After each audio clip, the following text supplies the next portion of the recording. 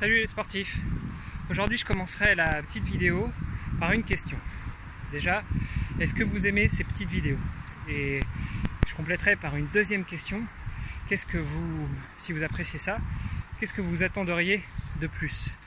En tout cas, une chose est sûre, c'est que comme on commence à rentrer dans le plan de préparation pour l'objectif qui est le marathon de Beaune début avril 2019, donc dans grosso modo 5 mois et demi, 85-20, donc ça nous fait 22 semaines à peu près de préparation, ce qui sera pas du luxe vu d'où je pars.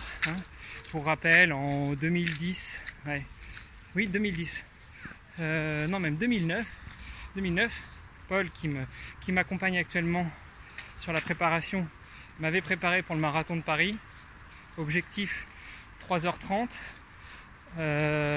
en 6 semaines, ce qui était relativement court, mais qui était possible vu le niveau d'entraînement que j'avais avant de lancer cette préparation et le niveau d'entraînement que j'avais pendant cette préparation, puisque je me préparais pour courir mon premier triathlon Ironman, ce qui fait que j'avais déjà une charge d'entraînement assez élevée.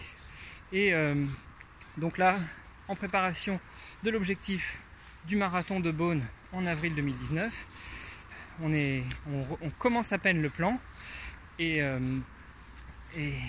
du coup, dans le cadre de cette préparation, je vais axer mes vidéos un peu plus sur vous dire ce que j'ai fait sur la séance en question et pourquoi est-ce que j'ai fait ça. Alors on commence, j'ai déjà commencé en début de semaine, mais sur cette série on continue.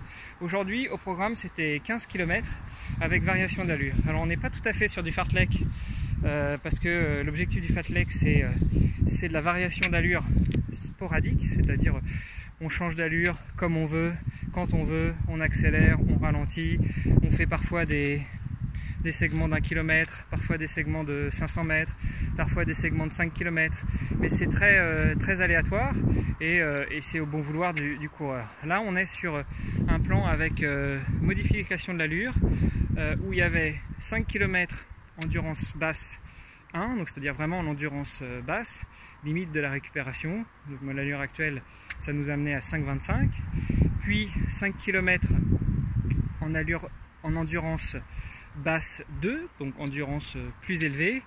À mon allure actuelle là on était à 5 minutes au kilo, puis 3 km en allure 1-2, c'est-à-dire on n'est pas en endurance 1 et on n'est pas en endurance 2, on est pile poil au milieu, donc là on était à 4,50 au kilo, et enfin on termine par 2 km de récup qui sont en endurance 1 haute, donc qui aurait dû être à 5,01, mais je me suis un peu emmêlé les pinceaux et j'étais parti sur l'endurance 1 basse.